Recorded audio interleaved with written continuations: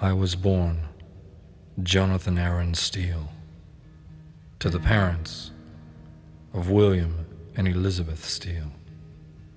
I am a Leo, born under the sign of the lion. And I was raised in a lower middle class family with only one brother, Michael, whom I loved dearly. He was 5 years my senior.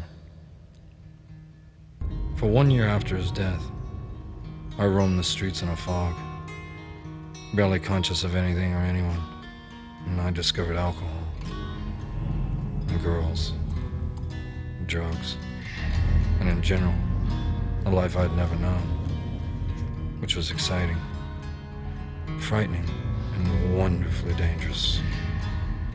And it was then, as I staggered through a downtown city street in one of my drunken rages, I stumbled across a small music shop, and in the window there stood the instrument, the fiery tool that would become the object of my newfound desire, the instrument of my passion, my obsession, the blood-red six-string. It was like I'd known the thing all my life. I soon found it was the only way I could truly express myself. It was a way to vent all my frustrations, all my pain, completely open all my four doors of doom. And I found myself going to the mirror for counsel, less and less. Because of this, my songs seemed to write themselves, and I knew my destiny was in my music. But I was going to have to get out of this backwoods town I was in, if I was ever going to succeed. Success agreed with me with amazing ease. And the more records I sold, the more excess I had of everything. Friends, money, women, cars, houses. Now I had everything, it seemed. Everything but the one thing that would have meant more to me than anything. The pain that manifested itself into my obsession. The acceptance of me by my mother and father, who I had not spoken to since I'd left home. And one morning, my manager, Alex, came in and broke up one of our nightly Easy Rider parties. And an Easy Rider party was when everybody would come over to my house, the band, the doctor, hot and cold running women, etc. And we'd watch the movie and do everything going on in the film, only a lot more. And he threatened to leave me if I didn't clean up.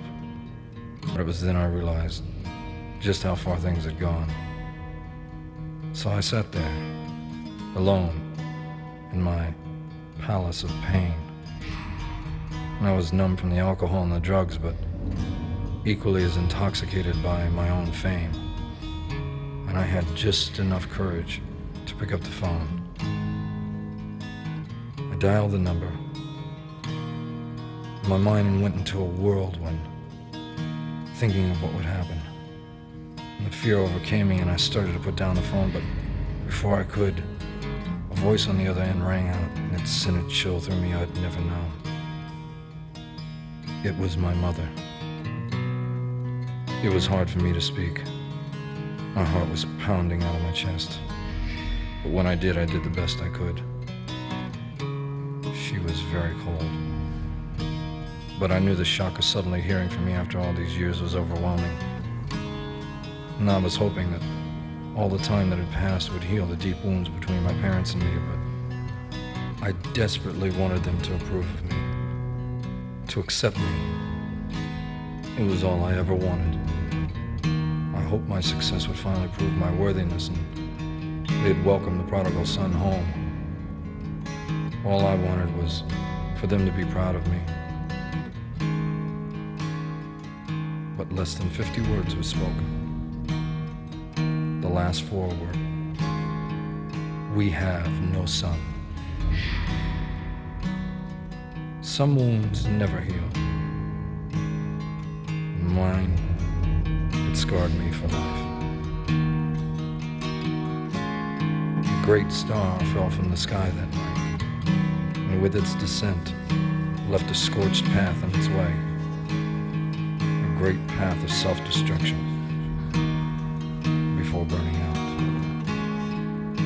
And on this night, the great finale's finally here. Be careful what you wish for. It may come.